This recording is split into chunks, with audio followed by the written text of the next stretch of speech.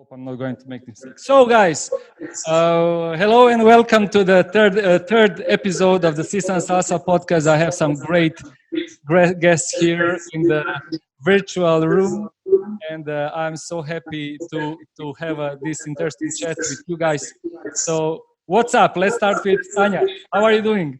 Hello, everybody. Hello, I'm fine, Vladimir. I'm fine. I hope everybody's fine in this, strange situation. I live in Italy, so in Italy was very bad, but now we are starting doing our normal lives. I don't know if it's a good idea, but let's try. Let's try. So, for anybody that doesn't know yet who is Tanya, I have known her for, I don't know, 6, 7, 8 years, and Yeah. could witness her development from the great dancers to the really great dancer. I'm Thank you. having pleasure every year to host you in our event in Rovin. Thank you very much. Yeah.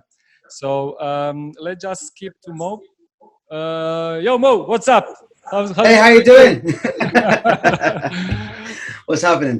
Yeah, look, I'll try. You know, I will learn from you this kind of leading stuff. But one of the things I learned from you is like just be loud and smile. That works for you. So It's gonna take the attention. I'm telling you, just be very noisy and smile big, and that's what you need. and do you remember the time when you had even that megaphone? I think they call it. Yes, I remember. Basically, for those that don't know, in Croatia, we broke the sound system. We actually partied so hard we broke the sound system. Not once. So we just took the megaphone and started to continue anyway. So that was fun. Thank you, Mo. So I will introduce Mo since I'm already having you here. Mo is what to say, a guy for everything. While working with him and seeing him in other festivals, whatever you throw at him, you know, he will like jump on it as a cat, you know, throwing on all feet. So entertainer, teacher, dancer, artist, MC, whatever, you know. And now obviously it has his own show, which we will be talking a little bit later. So the third guest that I have pleasure to host here, and lately I also have spoken with him more, and he was also a guest on our event last year, is Birchan, who is very, I don't say, I'll say by your words, legendary, amazing, enthusiastic dancer with your kind of smile that just doesn't leave anybody kind of how do you say this word, doesn't leave anybody in peace. I don't know, it just excites everybody. So Birch, tell us something about yourself for those who doesn't know you. Hi, I'm Birjan. How's it all going, guys? Nice to see you all. It's a crazy time, and we're getting used to a new normal. Just one day at a time, and just keeping working. And the best part of it is spending time with family, and staying in touch with friends. In a normal life, I don't see my wife, my kids, my mom. So now I get to do everything and make up for all the years lost with them. So it's all good. You can see you keep yourself busy, as all of you are. That's why, I run a production company, so I have an image. So you need to feed your family like me, huh? Absolutely. Good. Look, so welcome also to our audience. Thank you very much for joining to this podcast. I always see a lot of same people supporting, so thank you very much for kind of giving a push to this podcast. Again, this is for me, this is a kind of exploration of our salsa landscape world, and I have a chance to do it because I know a lot of people from industry and kind of have an easy access to them, and with time we became friends, colleagues, co-workers. So I kind of ventured into this adventure to find out question to certain things. And the main question for tonight is, how will the online, which is obviously now are the only mean for communication, help salsa? So will it help? Will it not help? We are now just doomed to do it online. So we'll try to find some answers. What is happening in this kind of virtual salsa world that we are creating now, and where is this all going? So, Mo, what's happening now with all this online social desk content? I'll just throw the ball to you. Yes, I'll take it. Don't worry. Well, yeah. The thing is, it's keeping things alive. How it's benefiting the scene is keeping things alive, and people need to dance. We need to enjoy music, and I think the way that the community came together instantly, immediately after the isolation. The DJs playing their music, the teachers teaching their classes. It kept the whole dancing scene alive, and knowing that it's going to take for some quite a time more. What they're doing for the community, I think, is incredible. No, I agree. There's just simple so much content being produced every day. Maybe at the first beginning it was a bit slower, it just, I'll put a little bit my free class there, I'll put my online DJ session there, here, and so on. But now we have like overcrowding of content, and honestly, I think both everybody's kind of puzzled, and because everybody's kind of fighting for the time of the audience, and I think audience Correct. also doesn't know what to do now. So Berchan, can you please tell us your view of how you feel what is happening now in the online? Well, it is quite overwhelming because back when I started dancing, I just saved every penny I had just to travel and be with even just one artist, just to learn from them. And now it's quite overwhelming. We get to have access to all the artists, because all the artists are doing online and creating their own business. So now it's quite hard to choose where we go, what we do, and and people need to survive. We always rely on a certain amount of money each month, and we always hit that target. But now our platform's been taken away in terms of salsa festivals and traveling and doing classes, in studios. So people had no choice to actually take everything online and actually grow and be, give it technology. So it's been, it's been a huge rush. Everyone's trying to be there first, trying to be the first one to be in the online class, the first platform, the first everything. And, it's almost not enough time in the day to see everyone and view everything. So it is hard to pick out what is good and what is worth the time that you have. No, I completely agree about it, and but I had a lot of conversation about when this was all starting with my team, my wife, and the friends that I'm regularly in contact from the industry. And of course, when something, when one doors are closed, the second one opens. So we will find a way. Everything finds the way. But somehow, whenever I talk and speak, it's a bit. I get a feeling that's a bit not unnatural, but a bit awkward, putting dance as an art form online. So what do you think? Now the ball goes to you, Tanya. What do you think about this? Something that is partly as art can be, the movement online. We can accept it, but basically we are talking about the social dance.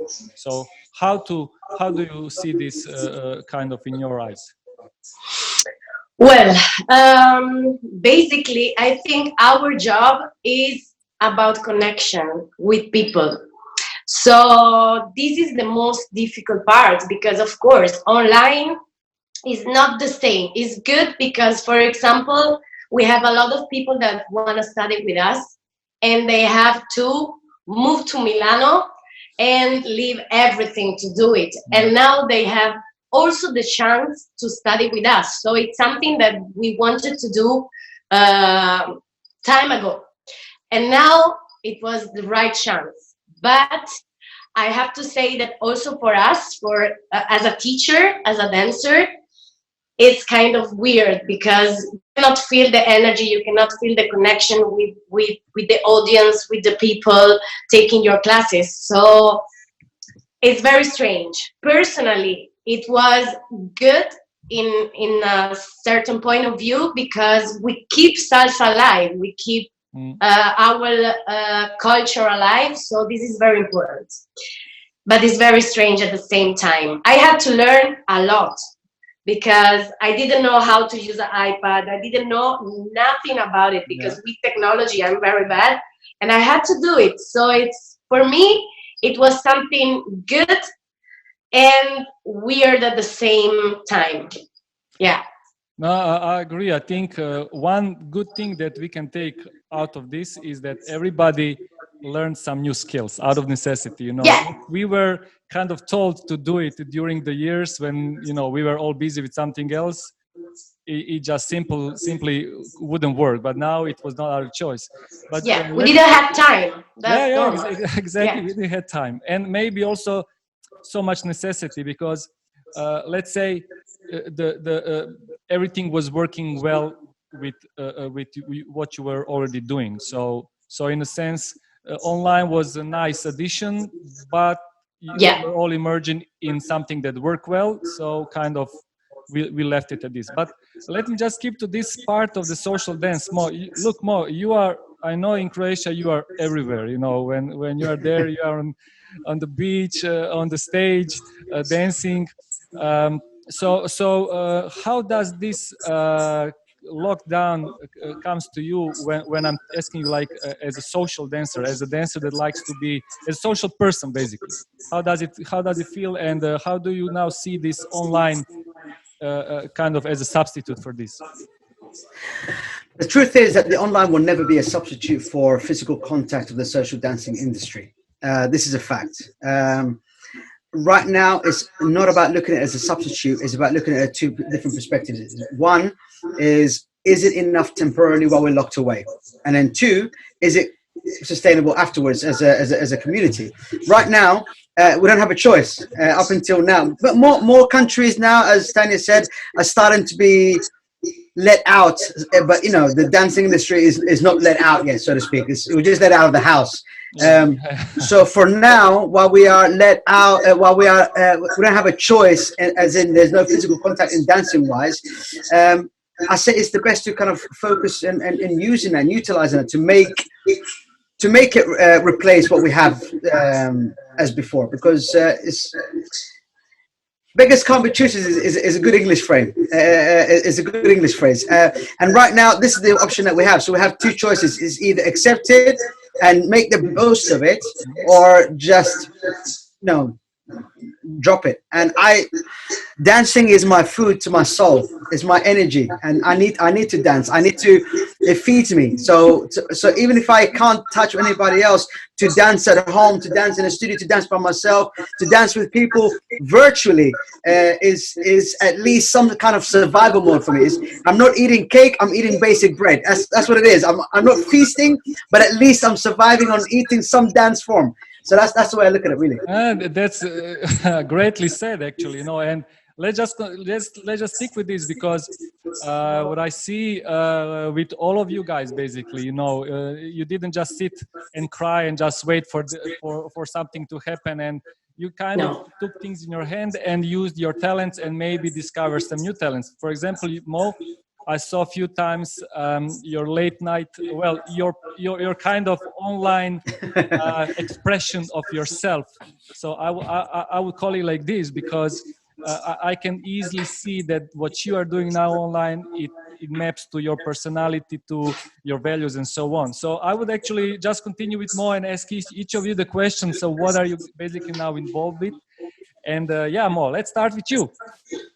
Okay, well, I'm going to start with the show that you're talking about first. It's called Corona de Salsa. Actually, it had no purpose at the beginning. It was some of my students came to me and said that people are not coping at home as well as some people are. For me, I don't get bored. I entertain myself. So I just kind of managed to do whatever. But I noticed that a lot of people had a lot of issues to try and within a lockdown. And for me, mental health is a big thing. So it's about, that connection that we need. So the first day it was just, I opened the laptop and started live, just playing music and dancing and just stupid and having fun, and it became popular. And now we have a full team, and we have the news section, we have the music section, we have all these different parts going on, and it's all about kind of just keeping the lightness and the brightness for people. The purpose of the show to show people that us in the dance industry are the first ones to lose our jobs, the last ones to get it back. So we are very much affected. If we can smile and have fun and have energy, you should do as well. That's the purpose of the show. Outside of that, I still have my classes, and I'm doing a life coaching seminar on Friday, which is called Flexology, State of Mind, because obviously outside of the dance, I'm a life coach and psychologist as well. So I'm going to start that on Friday. Had a lot of people come on board, and I'm looking forward to it. I'm here.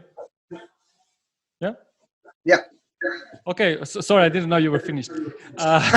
No, great. So look, what I see is like you are putting like really the social part in the social dance. The social one is now really emphasized in what you're doing, and that is, I think, really great.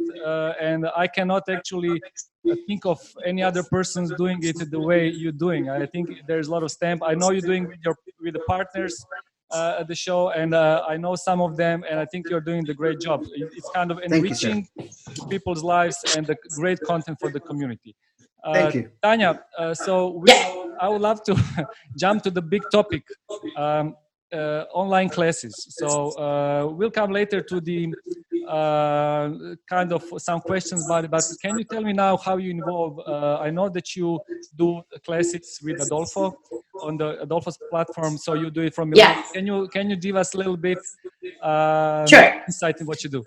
Sure. I'm teaching in two platforms.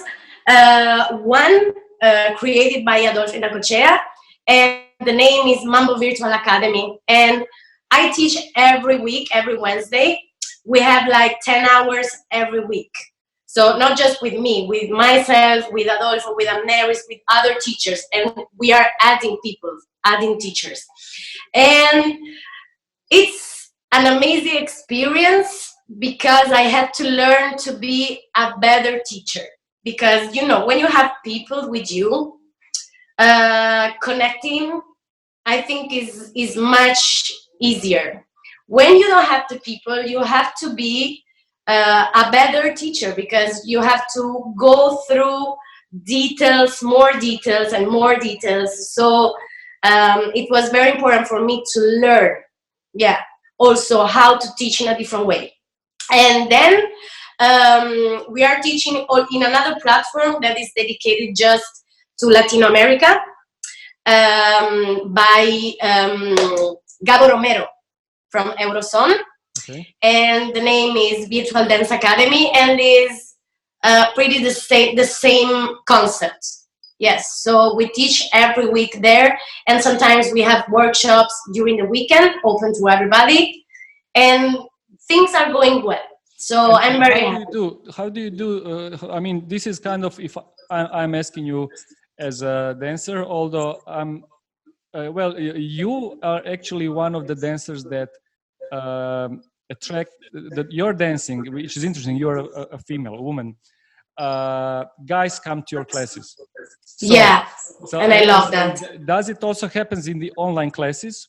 And how do you have some feedback from your audience? Because I'm interested in the effectiveness of these classes. Obviously when somebody is with you in the same room, the energy is different, the motivation is different, the music is louder and everything. So I'm really kind of interested, because people eventually pay these classes. Do you think they get what they come for? Yes, but you have to be good in doing good videos, because you cannot be too far. You have to speak loud. They have to be clear. So they have to understand everything, and you have to explain very well. So yes, we have a lot of good feedbacks, but sometimes, of course, there's some little problems that we try every time to correct. So every time we try to do better and better and better. And do you That's have, great. so sorry, do you have some concept, or you just like say, I have Mambo Shine, or do you have kind of, I seen, I mean, now because let's say everybody is trying to do something and put their knowledge out, there is, of course, a big competition for the audience. Audience is currently finite, all the big. And I see really creative approach, not just only from the top brands like yourself, but the dancers who are really good dancers, maybe now getting the chance with some, let's say somebody's doing a marathon of for a certain topic in the dance, and it has certain audience. So what do you also offer like this, or you offer like single classes, just like Mambo Fusion, or you have like Yes. some more complex kind of academy that is like 1 month or 2 months? You know what I mean? I want Yeah, for to go now, down to how this works, what the audience wants, and so on. Yeah. yes, for now we have just open classes. So I have to say that the level is like an intermediate level. Okay. But we realize that sometimes it's difficult for people that are not used to us and to how they're not used to how we teach. They need something maybe softer. So we are planning to do something for basic intermediate level. So yes, there I'm gonna do like a program. How to, for example, I'm doing a new package called isolation. So I will go through all the movements very slow and explain everything I feel from the shoulders to the hips. And there's a program. Yeah. Okay. And how to put understand. it in Mambo steps. No, because what I see it, a lot of people are doing open classes, which is kind of the fastest way to get online. You know, you don't need to make a structure. It's in not. general, I mean, at the beginning is good. Yeah. But later, when you realize that you have a real audience, there's a lot of people taking classes, you have to listen to the feedback. So if everybody's taking your classes and maybe it's too difficult, you have to also think about these people. So you have to change a little bit your. And I bet the preparation is also needed for this class is different than the preparation for the maybe regular class. So you just touched upon the subject, which I'm now turning the ball back to Berchan, because I had a talk with you, Berchan, about the thing that you are now involving personally yourself in the virtual, and I think it's a very exciting project. And Tanya just mentioned a very interesting thing. What we are, it's not just what we are delivering. So is it open classes? Is it a structured program? Or it's a kind of how we deliver it, the quality of deliverance, and so on. And I think it's just the right question for you because you have some new exciting project that is just working on this topic. So, Berchan? Thank you. Yeah, so we just 2 minutes. 2 minutes.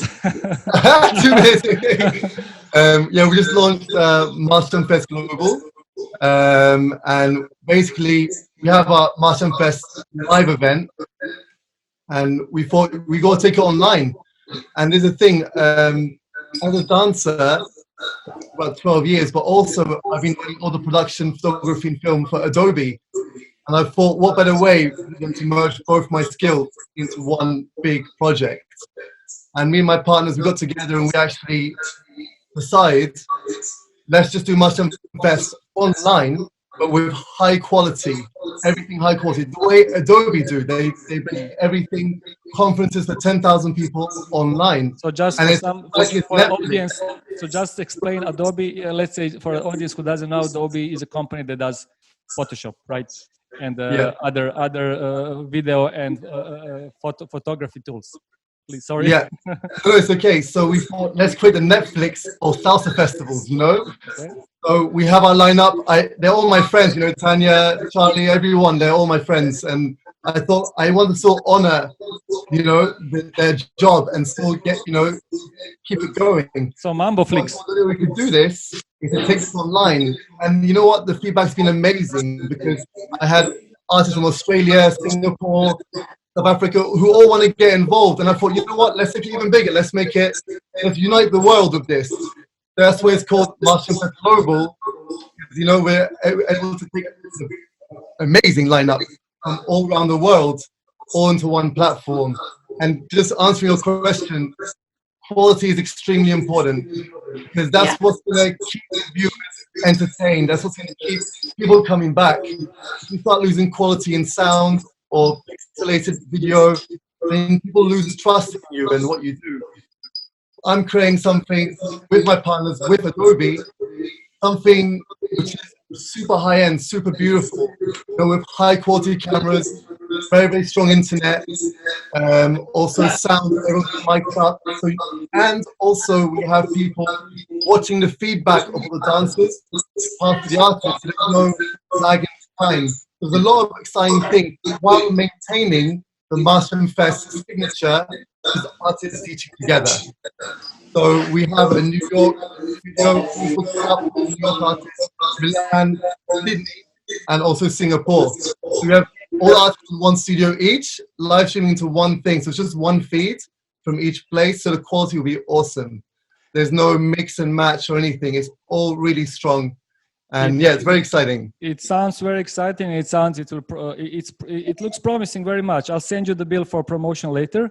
Yeah. Thank you for 2 minutes. This is my way how to earn. What do you think? Okay, so look, guys, one last question, a little bit, and then we go a little bit further with some topics and maybe some fast questions that will be.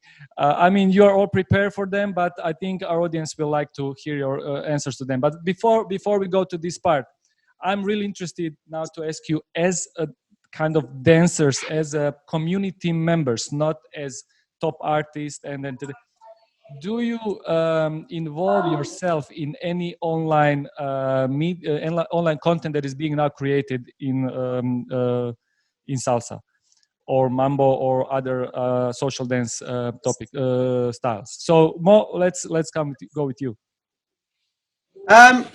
I'll be honest with you. It is a little bit difficult because whilst doing our work, to follow a schedule to catch other people's work as well is a little bit difficult. But I do try.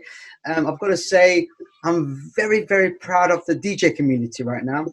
I've seen it got set up, the Kopi party. So where the DJs are playing almost 24 hours a day from all over the world. Anytime I feel like a bit of music, I don't have to go and look for my music. I just kind of switch on and see who's playing. So that's been a massive impact for me. There's other people which I follow closely. Yes, they're friends of mine, but I do like their content. I know that Leon Rose is doing the Rose Show. He's another person who has multiple talent. He's a dancer, but he's also a stand-up comedian. So he's doing that. DJ York is doing his own kind of shows, and just the guy is just an amazing DJ entertainer. So there's a lot of different people I'm following. Sam Sleek has got his talk show as well. So there's all these different elements which I'm trying to catch from everyone's show, which is really, really, really nice. For the UK community, separate from the rest of the world, they've set up something called UK United Dance Challenge, which they're trying to, cross over their classes, teach each other something, do a little dance routine. This is another thing which I think is it's been hard to follow and to keep up with because obviously I've got kids, but it's been great. No, I agree. Although sometimes it seems like we have now a lot of times, but some people now, especially people with kids, now have less time. There's no school, there's no kindergartens to get the kids, to send the kids. So yeah, sometimes now we have even less time. But so Tanya, do you involve yourself in some? Do you watch something online that is being created? Honestly, not. I mean, there's a lot of amazing teachers and amazing dancers teaching every day, but I need to be there.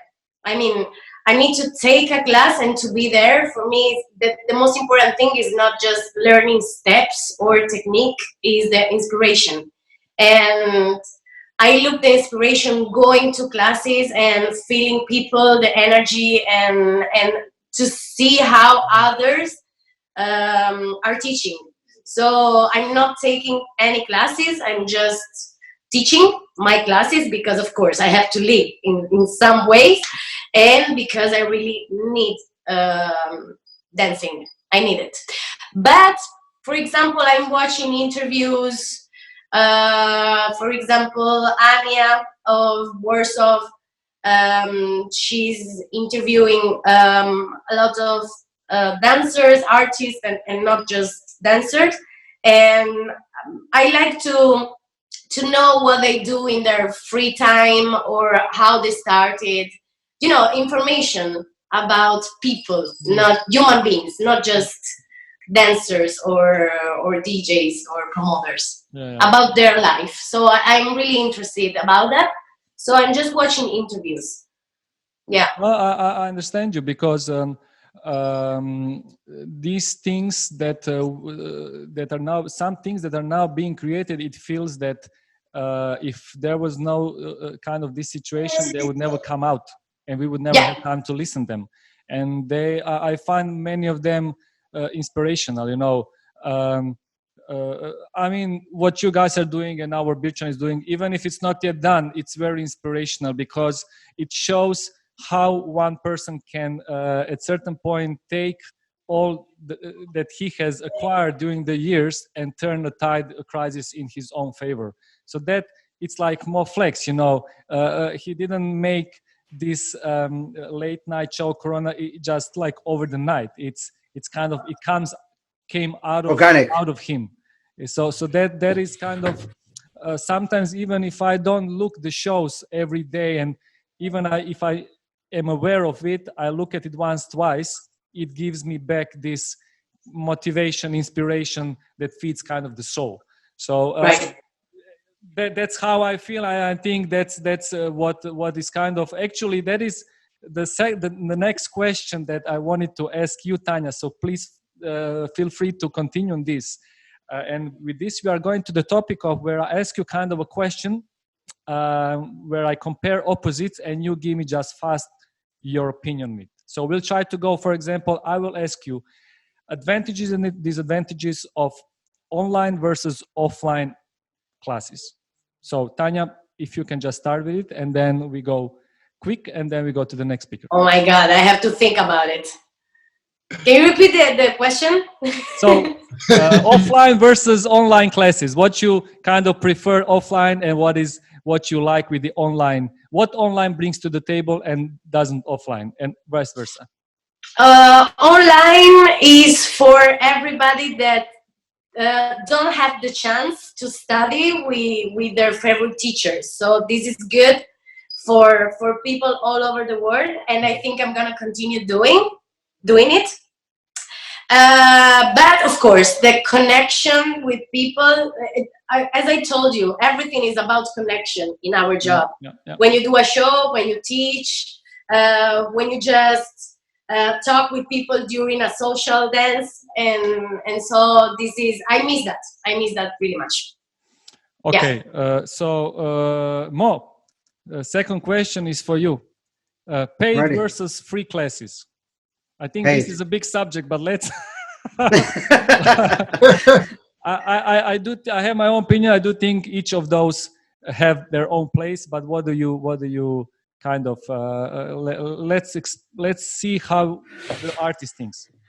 Okay, so I think definitely paid class. I don't think there should be so many free classes online anyway. I'm speaking as an artist to all the other artists out there. First of all, I think is devaluing yourself as an artist. It's going to devalue the market itself. People are not so. If it's free and it's, I'm being honest. This is a standard mentality of the people we think. If it's free and everything is available, people are not so interested. They're like, yeah, I'll do this later. I'll do that later. But if once they are paid, they are committed and they come in with attention because now they've invested themselves in the finances. This is one side of it, which I think is going to take more value to what you're doing. Secondly, is the quality and standard of what's happening out there. When something is being funded, the teachers or the people out there are more inspired to bring a higher quality, to buy better equipment, to buy better camera, to make it more like a studio environment. They're making a higher standard because they're charging for it. Therefore, they feel obliged to make it a higher quality. When it's free, they're going to come in with the shorts and a pajama t-shirt, and they're just going to flip flops and just do something because they're doing a favor. That's it. And for me, that's the difference between paid versus free. Yeah. And do you think there's some thin line in the kind of, if you would be offering online classes, it's like you would do just a few freebies just to kind of demonstrate what you do and continue with the paid classes, or how would you do it? How you do it? I completely agree with that. I think when it's there's a space for free classes, but this is to showcase yourself as an artist to a market that don't know you yet. So you have your following, your students, your school, they know you, but the rest of the, because now we're working globally, everyone can access Yes, everybody. So yes, so exactly. maybe to put yourself, your classes, 20 minutes, 30 minutes maximum, to it's a taster. This is what I'm doing. Mm. If you like it, come to my paid class. I think this is fair. When I see people doing 1 hour or plus classes every Tuesday, every Wednesday, every week, on free Facebook streaming, I think you're devaluing yourself as an artist, and sooner or later you're going to go bust. But not only that, you're affecting the rest of the artist community as well, because is breaking the market too. So Yeah, it yeah, makes it harder for everyone as well, because you're not just paying for the minutes or the hours, you're paying for the experience. All the 25 years or whatever all the artists are learning and training, and you're devaluing that as well, the essence, and it demotivates the artists. It's important to stay strong together. I mean, I taught a free class and I just did one, because just to show what I've got, the quality, and after that it's just about valuing what I'm doing. I think Same. it's better to do one free class, and if you can't prove yourself after that, then why keep going? And that's just my opinion, because we are a community and we ought to stick together. If people start doing free classes every week, it makes it so hard to survive. Really, it does. yeah. I So agree. yeah, Yeah. Bertrand, let's continue with you. Partner work versus footwork and the body movement classes. What do you think about it? And Well, also, will Dominican bachata finally get its spotlight? you can ask me So that. good. Hey! I mean, bachata, I'll pass that back to Mo when I finish the partner working shines part. But, let me split it. Like shines, advantage and disadvantage. Like there's nothing like seeing with your own eyes the movement, the footwork, the quality. So when it comes onto screen and you only have one camera angle and it's quite wide, it's very hard to see detail, how they place the foot, how they move the shoulder, the body. It's very hard, and especially when people have what 100 or 200 people watching, they haven't got time to go into the detail, or see how you're progressing. but the question is partner work versus Okay. solo classes. Sorry, so That's the it's question. it's all about time. So right now, of course, partner work is a very small market because not many couples dance together in respect to people who do solo shine. So right now, the big market, I'll say 90, I'm making a number up, 90% of the market is shines. So body movement shines, you'll get more students from doing that. And a very, very small niche would be the couples who are luckily locked down together, to do partner work class. But when you have only set amount of hours, it's hard to create a market for partner work classes. However, as we go through time and things loosen up a little bit, I think it will balance out a bit more because people will be sick of shines for months and months and months. We will have shine festivals. Nobody will dance with anybody. Everybody will be adults after lockdown. social distancing festival. Yeah, literally. It's And I also- think as with time, October, November, December, even next year, partner will bring the market back. I can see even the artists who love shines will start teaching partner work too, just to have a bit of balance in their life. So yeah, it's to do with time. I think both are extremely popular, but it's very inaccessible to do partner work now, in my opinion. Yeah, I mean, I can also see that. Unfortunately, some teachers that are famous for their partner work classes, or even some dance styles like kizomba, not dance, so dances like kizomba and sensual bachata are now. I mean, I am sure there is ton of the classes going online, and I'm sure there's big audience for that too. But I do see that a lot of bachata teachers also do now shines, and those that can do Dominican bachata are now very, very active. And I think it also it is good. Dominican bachata deserves is kind of visibility, but it seems that online kind of favors solo dancing versus partner because it's more complicated, obviously. Yeah. Yeah. Can I say one thing? Yeah. Basically, because all the amazing artists have gone online, let's say I'm a dancer and I have a set amount of money to contribute to my favorite artists. And we know who's the strengths of all the artists. But if an artist had to say, let's say, I don't know, one artist has a set class and they know they'll get the maximum amount of people in that class and their strength is shines, they wouldn't teach partner work because then they're kind of alienating their market, which they're famous for. And when you got many more other artists, the money is spread thin across the dancers, the students. So it's better just to teach what you know best, you know? That's why you are where you are. From what you. Oh, this is a great comment, because I want to use your comment to ask a last question to Tanya as far as this part is concerned.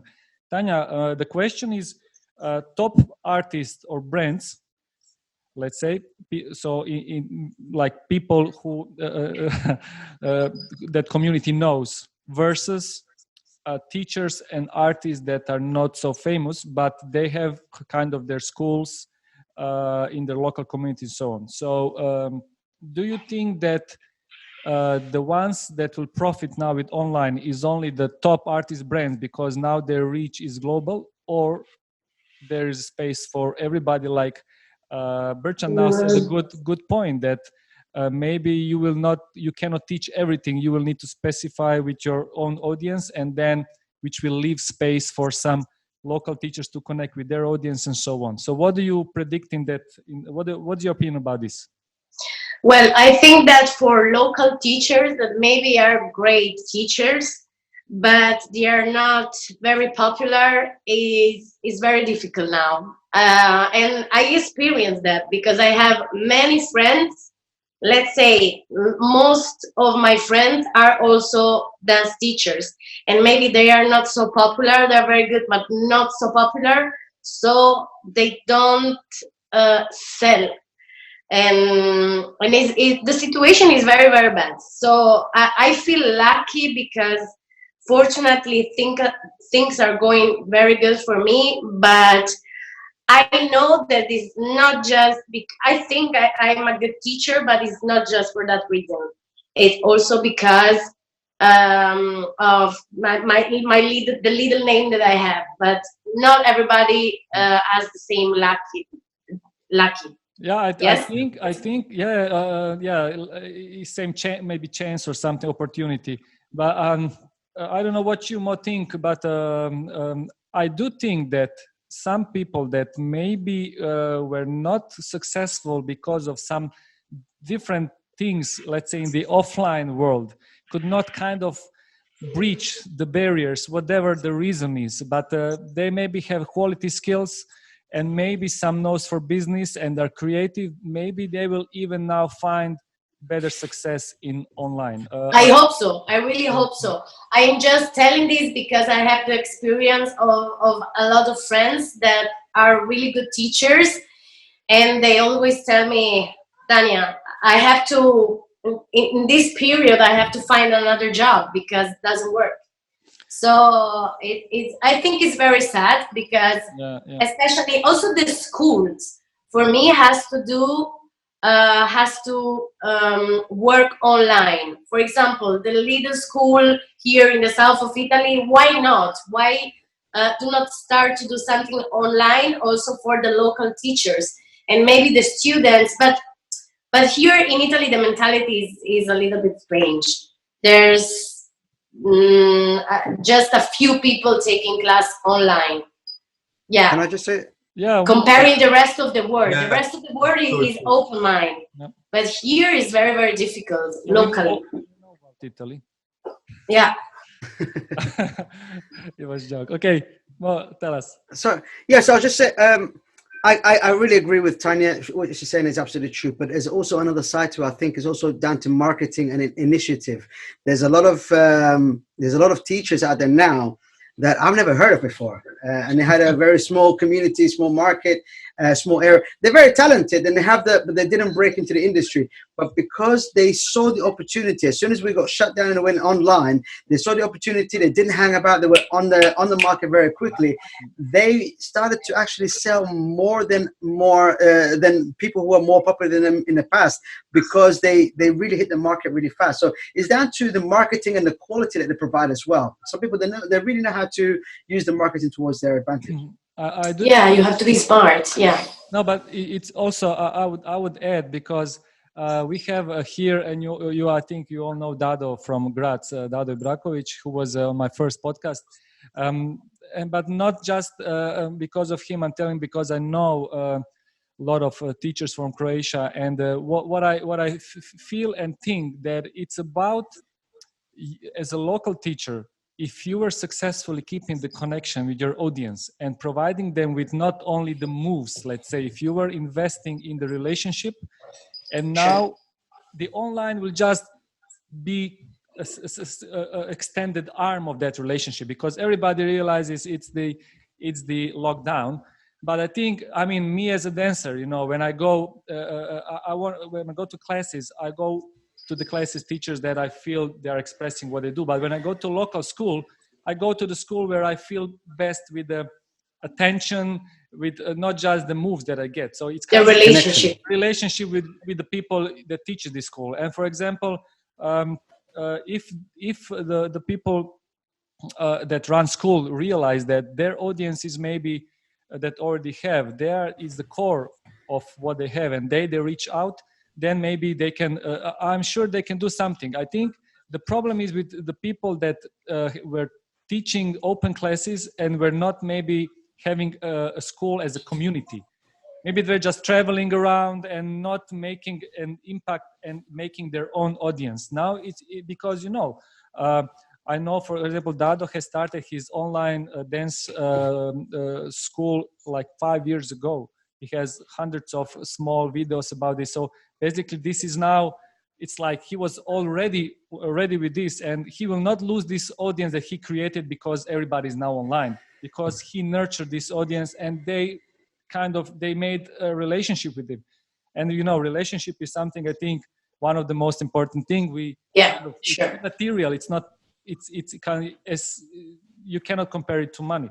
So I do think on this topic that now that we're global, if we take care about relationship, being smart, marketing, as Moflex you said, I do think there's space for everybody. But yeah, some people will not be like fish in the water now. Yeah, it's going to be bad for them. And I think that also depends on the mentality. For example, I live in Italy, and now I realize how close we are. So, for example, yes, I was speaking like that because I'm talking about local teachers here. Yeah. And I see that we are really close-minded. We are not used to that. I think we are a little bit. Yeah, we always made jokes about Italian dancers, you know, international festival. It's incredible. but that's incredible. It's kind of personally for me, it's a shame that a country with such talented dancers is not contributing to international dance scene, aside the artist part. So artist part, yes, but the social dancing part, I don't see Italians too much around. No, that's incredible. That's what I kind of, yeah. And everybody was telling me that, but now I'm realizing that is the truth. Yeah, unfortunately. So it also depends on where you live. Yeah. I had friends in Italy who advised me against taking anything online because no one's going to buy it. But that's incredible. I said, maybe not in Italy, if that's your opinion, but I said, there's a market in the whole world. Exactly. You know? Yeah. Everyone's situation is very different in the UK, in Germany, and you know. Yes, okay, maybe in Italy, if you direct Italy, it might be difficult. But you know, this is what online is great. You can access all the countries, you know, which will compensate for that. You know? With good marketing, high quality teaching and video, you can break the market. You just have to have all the elements in place. I agree. You're old school, you know, you have to be new school. Yeah, we are very old school. That's the problem. Okay. And you can borrow my lights next time, okay, next podcast. for the mood. Your lightsaber. So we are almost like 10 minutes to the end, and it's a perfect timing because I have a few more questions for you. And now as in every episode, we'll try to play magicians and try to predict the future, and let's just play this game, kind of. So obviously this is not going to, this lockdown and stuff around corona is not going to last forever. We don't know how much long it's going to last, but it's not going to last forever. So the what I'm wanting to get from this episode is about how will online influence the salsa, let's say, in the future. So we kind of now discovered the world, let's say, explore what is happening now. But what about tomorrow? Mo, can you tell us, when tomorrow we go dancing back, partying like crazy, and we will be partying like crazy. I think first month, 2 months is going to be crazy. So what about all this effort and platforms that we will do, relationships? Do you think that everything will just fall apart and we just go back to normal, or what is going to happen in your eyes? I don't think it's going to fall apart straight away. And let me tell you why. People are very excited to go out. I can't wait to see my friends. I can't wait to touch people. I can't wait to hug people. I can't wait to dance again. Now, one of my friends, Pierre Henry, he actually put a status out a few weeks ago, and he said, if the dance scene, they announced it and they said, you know what, everyone's healthy, the doors are open tomorrow, would you go dancing? And instantly everyone's like, I don't know. Because we are hungry. Yes, it's true. We're very, very hungry. But when it comes down to safety, can I go and touch somebody else? People suddenly, they're a bit more scared. So I think that's going to be a thing within the first couple of months in the community. People are still scared to have that physical contact. So within the online market, I think it's still going to be space for it. So that's one side to it. Now, depending on how the online market develops in the next few weeks, which I think there's going to be consistent changes, people who are jumping the evolution of what's happening. I would say in a few months is going to develop for sure. I mean, people like what Berkan is doing is doing an amazing job, and people like that who are. I know that there's a lot of festivals like Croatia and Berlin and stuff. They're trying to develop things to adjust for the online market as well as for the physical contact as people start to come back. That's going to change the industry as we know it, really. And because it's unprecedented, it's never happened before. It's hard to predict how it's going to go, but I don't see the online market breaking away completely for a while just yet. So I think that's something to kind of keep an eye on. Social dancing wise, I think is going to slowly and gradually going to come back on. All I have to say to the people out there, please don't lose faith, don't lose hope. As long as we keep our passion, I think eventually it's going to be better than it was before. The reason I say that is when I was new in the scene, everybody was so hungry and we were so excited. We were just desperate to dance. So any space, we were happy to have that space. Now, before the lockdown, people became like, the floor is not perfect, the air conditioner, people became very complacent. Now, after lockdown, I think we're going to go back to the old school way. People are so hungry to dance, they don't care where it is. Put laminate floor, no decoration. We can save a lot of money. Desperate. Totally. That's going there. And I think that mentality is gonna make the energy and the power of dancing. Is gonna bring that the same flavor as we used to have in the old school days. I mean, now the dancing is much better. But when people say the good old days, they're talking about the flavor that we used to have, the hunger that we used to have for dancing. And I think that's gonna come back again after the lockdown. No, wonderfully said. I think you summarized it really well. Tanya, in your opinion, the online classes, I mean, it's a great potential for the artists and teachers, dancers that want to kind of reach the global market. And actually, if you look at it this way, Corona crisis is just the perfect pause button that somebody put it. So it's kind of gave you the chance and opportunity for all of you to go online, and that and kind of your audience didn't have any choice but kind of to engage with what you're doing.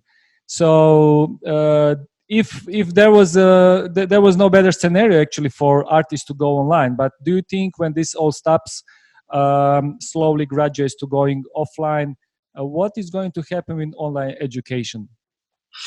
I think that can be something additional. Why not? I think this is good, as I told before, for people that cannot go to study. Maybe they don't have money to travel. So it can be something additional. But I totally agree with Mo that people can't wait to be back to reality. So maybe now it's going very good, and in a future we can make less money, of course, but can be something additional. So I would never stop to do it because I really like it. But we need to go back to reality for sure. So nothing compared with the feeling to have people with you. Yeah. And I think that everybody agree with that.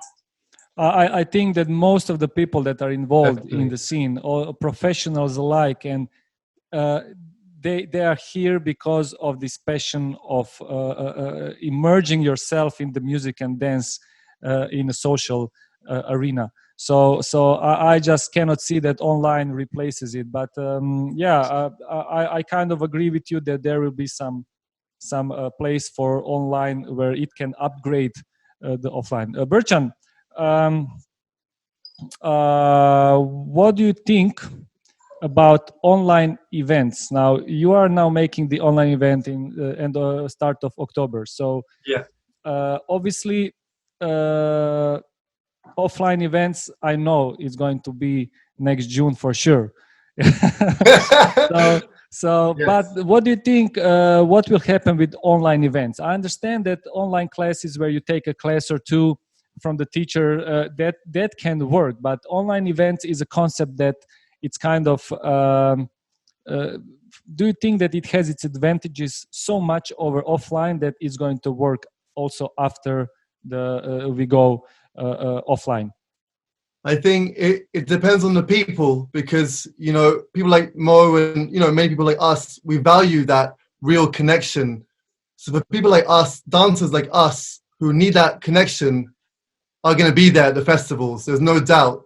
But there'll be those other market where they value online just as much as offline, and there will still be a market there. So I feel, I mean, for me personally, I'm doing this because I can, but, you know, I'd always prefer an offline event. I thought you were doing it because you love to do it, but okay. Yeah, you know, and yeah, I'm just trying to say I've made it online because I could, but offline I'll go hands down any day over online, any day. Yeah. But it's going to be stages, you know. First the shine classes will come back, and then maybe some partner work classes, and then the parties, the social dancing parties. So there's stages to it. But I do feel if festivals can capitalize on online at the same time as offline, so you have your offline event, which is what we all love, and add in some cameras and make it online too. You know, the way Tanya is going to benefit by having her festivals and her weekly classes in Milan, she can have her online class too. Sure. So expanding her market, and the festivals can do the same. And why not? Because by then, especially by next year, there'll be many apps and technologies released which are much easier to use than they are now to bring your event online. So I think for promoters, it's an amazing way of reaching further out to actually, you know, generate revenue, to be honest. So let me now summarize. In 1 year from now, we will have how many 150 or 200 offline festivals, 1,000 or 2,000 online festivals. Every artist doing the online classes, but we will have less time than now because we will be working and we will have to go to nature. so look, oh my God. Okay, so yeah, but I actually do think that might happen. You know, that might happen. We'll see how it goes. Guys, I would love just to ask you any final thoughts or maybe a message to community. Tanya, if you want to go first as a lady. Yes, guys. Fun, but sure. Yeah. This is just a period, and I think that everybody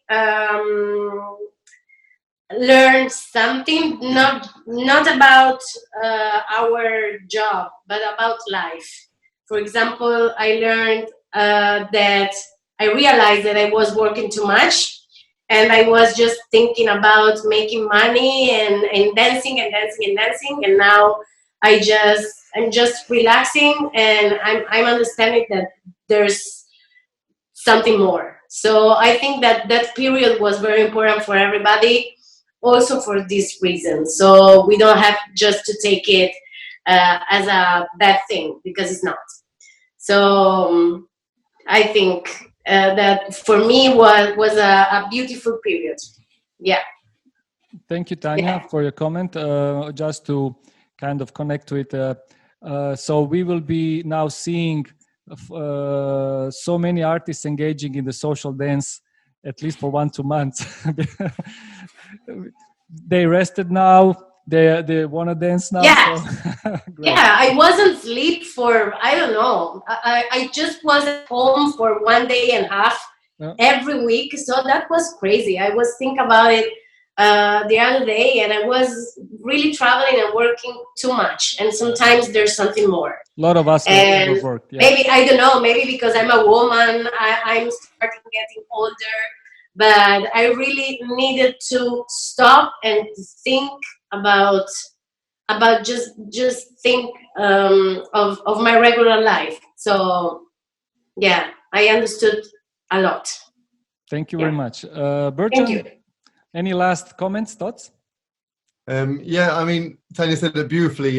It's going to be it's a short period, you know. We're going to go through this for a few more months until the end of the year, maybe. Yeah, I don't know. But just make the most of it. The time you have with family, the time you have with friends, reconnecting with people you couldn't do, restructure your life for a better quality life, not just working and working and working. You know, I learned as well that life is beautiful, but you have to stop and take it all in, because when you're just going, like we all used to do, you forget to appreciate things. And now's the time to appreciate it and reevaluate and restructure how you're actually going to live your life in the future, online or offline.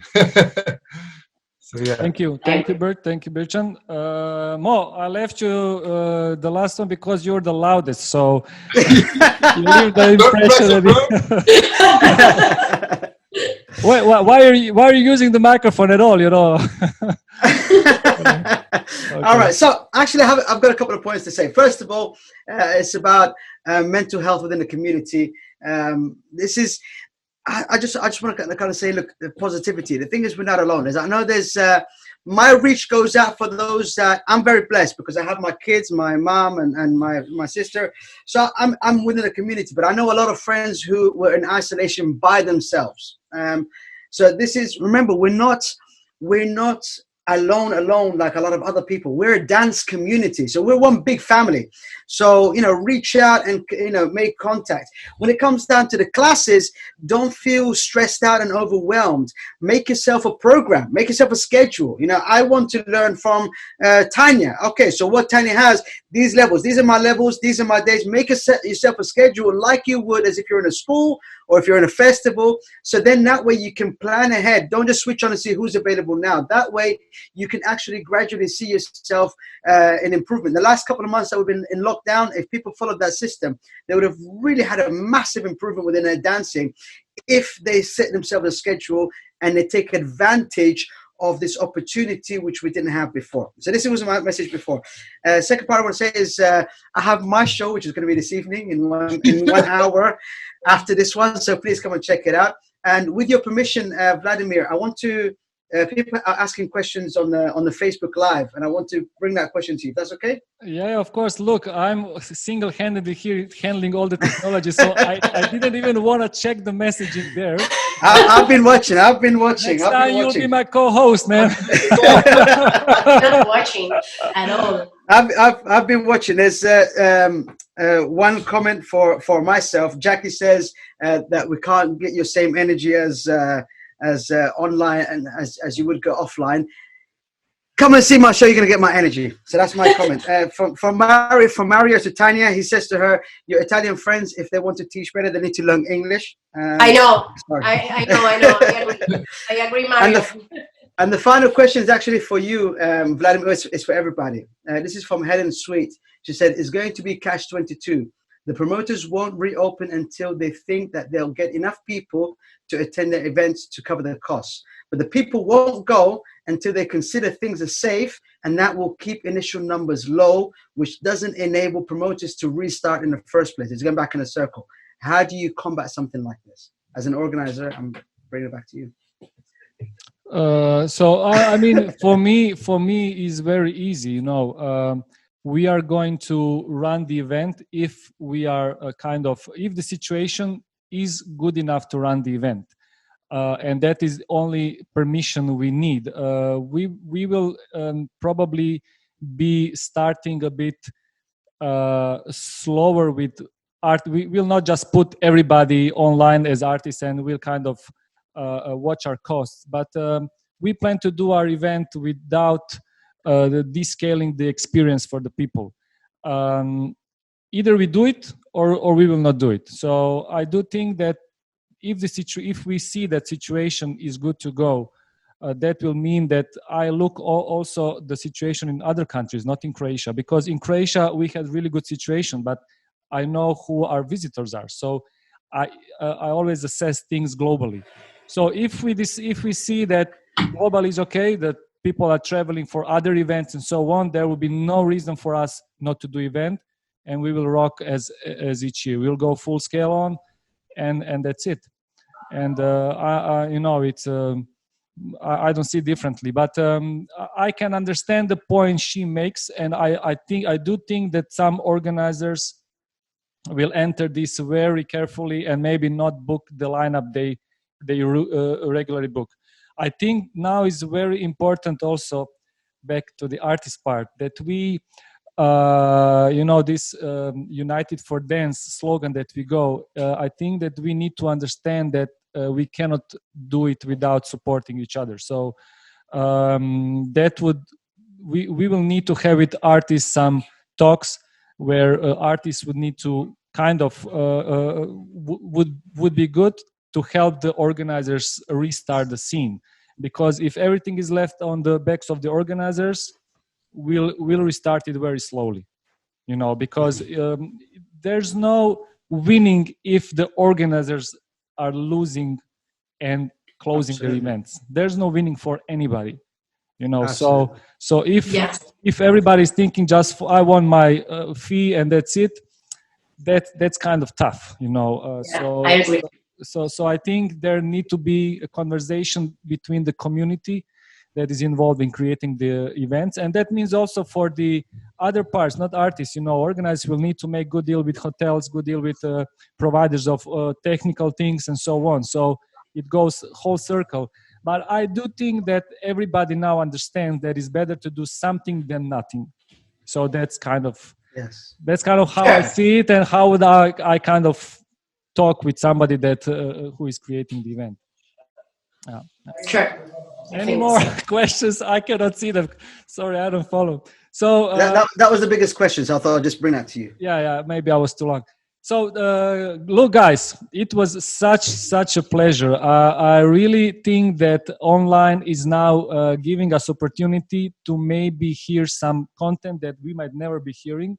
One thing I see, I know more, but now during with your shows and with this podcast, I get to know you much better, and more and more and more. So normally without this online content, we would be seeing on the festival sometimes for 5 minutes, just by hi, sometimes even more, and so on. This gives us opportunity to kind of connect with each other and better involve ourselves. And also I think it's good that community sees, dancers can now see when you speak about like this thing is different when you just do your thing on the stage and so on. So I think people now also connect maybe better with artists, with anybody who is creating the content. So I think there is a place where online can definitely build upon the offline and make the better connection between all of us and the dance community.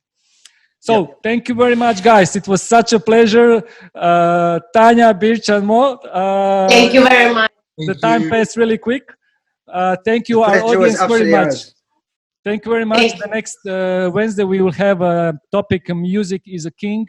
We'll be hosting Adolfo Indacochea, Joaquin from Tromburanga, and Svetlana Ray from Russia. It's going to be Wow. interesting talk about connection between music and dance. Thank you very much. Good Thank night. you. I see you later, show. Thank you. Bye, Thank you for having guys. us. Thank you very much. Bye bye now. Thank you. Stay safe. Bye bye.